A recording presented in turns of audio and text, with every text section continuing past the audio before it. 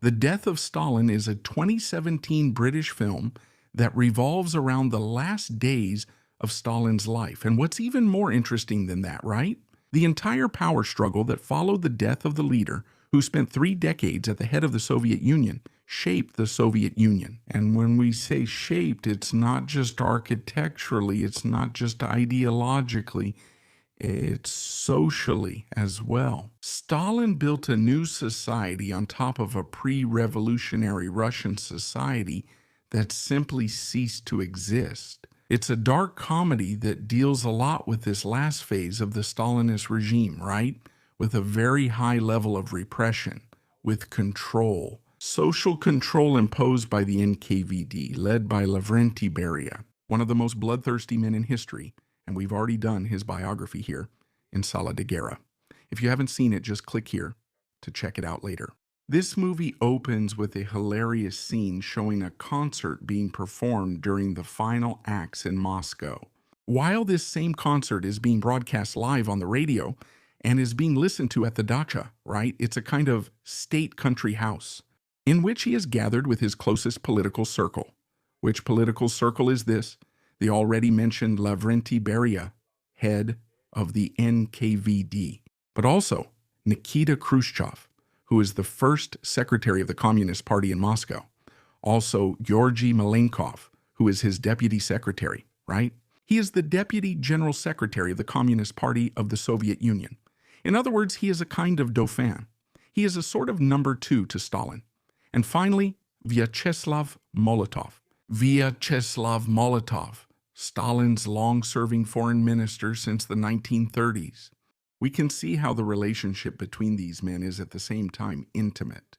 It's quite hard to find that side of these figures who are portrayed so officially by the state media. At the same time, you notice that there's a constant tension in those meetings because all of Stalin's friends, all these guys close to him, keep trying to flatter him incessantly. They even make jokes and watch how Stalin reacts to the jokes. And they kind of gauge what's funnier and what's less funny, so I don't repeat it.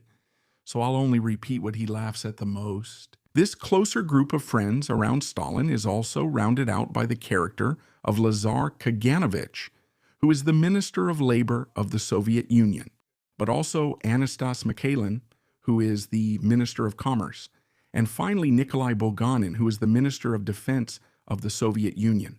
All these guys are portrayed by British and also American actors with very different accents, including Steve Buscemi playing Nikita Khrushchev with that Italian-American accent. It's really funny. And that's a point, man, that actually works in favor of the movie, because the Soviet Union was a country, actually a conglomerate of nations, that was made up of people with different accents, right? Who spoke with different accents and adapted to Russian there, each with their own accent. The production of this movie is quite interesting because it manages to turn those extremely tense situations into an absurd comedy. So you laugh exactly at the absurdity you're seeing on the screen, right? For example, at the beginning of the movie, he calls the radio station and asks for a copy of the concert recording. But the concert hadn't been recorded. So what does the radio manager do? He has the orchestra redo the entire concert again right in the middle of the night so they can record it for Stalin. And with the same number of people in the audience, because otherwise the recording will sound different. And Stalin has the best ears in the Soviet Union because they're afraid that their own recording room is bugged by the NKVD. And they could then be caught and prosecuted for making derogatory comments about Stalin's hearing. Besides that, there's the joke that Khrushchev makes about throwing a grenade without a pin for German prisoners to play hot potato with in Stalingrad. There's the whole absurd situation with Malenkov wanting to find the exact same little girl who took a picture with Stalin years before, because now with Stalin dead, he wanted to recreate it and take Stalin's place. The image of Stalin with the Soviet people, and then the movie also plays with the Soviet authorities' obsession with controlling their own image, right? When Malenkov himself is asked to choose between 2 very similar pictures of himself, and he says, "I want this one destroyed. And that's really funny for those who know about the Soviet obsession with literally erasing anything that isn't 100% in line with the regime's image. There's a scene that always makes me laugh a lot in this movie. It's when Khrushchev tries to switch places with Malenkov at Stalin's funeral. And he makes the whole procedure look like part of the show, right? Until Malenkov says to him, "What are you doing? Get out of my way." And for me, that's one of the most brilliant moments in this movie. After a while watching what's happening on the screen, you start to doubt that it's real, right? That maybe it's all just made up for comedy. But it's not. For example, the situation with the doctor's plot that Malenkov and Khrushchev mentioned, right? Along with Beria. It was real, yes, because the NKVD created all this fabricated evidence to blame, prosecute, and execute many traditionalist doctors in Moscow. What was left then were second-rate doctors who weren't important enough to the regime to be prosecuted. And then the movie manages to turn that man into comedy. Even a super tense situation of a retired doctor walking his dog in a park in Moscow. And then an NKVD truck stops and the guys come running to catch the guy. And the guy runs thinking he's going to be taken to the gulag or executed right there, right? When in fact he's being taken to examine Stalin, who's hovering between life and death. But at the same time, this production handles the transition to more serious moments very responsibly, because honestly, there's no way to portray a group of people or a historical moment as tense and full of negative emotions as the Stalinist period. By playing every element as broad farce, and when Khrushchev's political conspiracy is consolidated, and we follow the violence-filled routine of Lavrenti Beria on screen, we are presented with the full extent of Beria's real crimes, which ranges from the imprisonment and murder of millions of people to extreme sadism and sexual crimes that even involve children. So it's a film that knows how to balance itself very well between these two levels. And without a doubt, the best character in this film, in my opinion, is Jason Isaacs, portraying Marshal Georgy Zhukov. And right away, you can tell that Jason Isaacs is nothing like the real Georgy Zhukov. But he embodies that seasoned military man who knows he has a lot of authority, right? The guy who basically defeated the entire Wehrmacht in the last years of the war, and who now enjoys an authority that is basically unquestionable within the Red Army. So Jason Isaacs portrays Zhukov in a very authoritative way, and maybe with the best lines in the whole movie.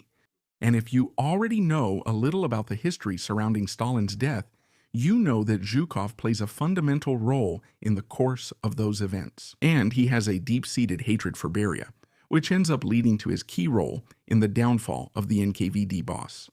The setting of this movie is truly impeccable, and most of the scenes weren't filmed in Moscow, but the interiors shown were very well adapted to that Soviet atmosphere of the early 1950s. So you feel immersed in that atmosphere not only because of the good performances by the actors, but also because of the settings. And of course, this includes the uniforms, which are of excellent quality and, for the most part, are very accurate. There's nothing there that's unrealistic. Some interesting facts about the production that I noticed the last time I watched it. In that scene where the NKVD invades Stalin's dacha after his death and searches the building, they find Stalin's body doubles, right? 3 guys. One of those guys is the spitting image of Nicolas Maduro. Just look at that man. I only noticed it the last time I watched. Some of the trucks used by the NKVD in the movie are German Opel Blitz models from World War II. I believe they even erased the Opel Blitz name, but you can clearly see the insignia there on the front grille of the truck. And the design of the vehicle is also very unique. You can tell from far away what it is. But even though I'm saying the movie is quite true to reality, of course the events there were condensed to make sense in a movie script. And in reality, things didn't happen in that logical sequence there. Stalin was indeed with his closest circle of friends on February 28, 1953, they really drank a lot and watched cowboy movies just like the film shows. And after that night out, Stalin went to bed at around 5 a.m. on March 1, 1953, and right after that, already in his pajamas, he suffered a stroke. He was only found, unlike what the film shows, not at breakfast time by his housekeeper. No, the housekeeper found him at 11 p.m. that same day, March 1st. And then doctors were called right after Lavrenti Beria arrived to assess the situation. The doctors actually diagnosed that he had paralysis on one side of the body, right? That is, the entire right side of his body was paralyzed. And that was probably a consequence of Stalin's excessive smoking, right? He smoked his whole life. In fact, in 1945, Stalin had a mild stroke in April of that year, and in October he had another stroke. In the end, Stalin died on March 5, 1953, at the age of 74. And interestingly, right, there's a story that the first Westerner to pick up the message from Radio Moscow announcing Stalin's death was a young recruit serving in West Germany at the time, named John R. Cash, that's right, the one you're thinking of. Johnny Cash was the first Westerner to find out that Stalin had died. During Stalin's funeral, there wasn't that massacre of 1,000 or 1,500 people that the NKVD was supposed to have killed, right? Who were trying to get into Moscow against Beria's orders. But actually, the crowd was so big that about 100 people died because of the extreme overcrowding in front of the Velos, trying to see Joseph Stalin's body. And then the movie's plot already shows the outcome right after Stalin's burial, right? But in reality, things didn't happen that way. After Stalin's burial, control of the Soviet Union was taken over by a triad or troika made up of Lavrenti Beria, Georgy Malenkov, and Vyacheslav Molotov. And this troika, they controlled the country until June.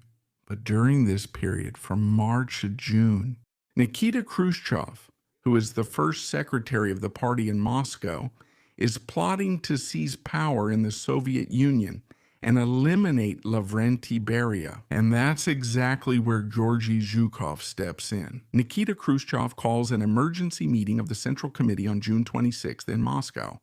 And on that occasion, he already has the support of Georgy Malenkov for his conspiracy, unlike what is shown in the movie. But then, in a way very similar to what is shown in the movie, at the beginning of the meeting, Nikita Khrushchev points his finger at Beria and starts listing all of Beria's crimes to the Central Committee. And Beria responds in the same way as shown in the movie.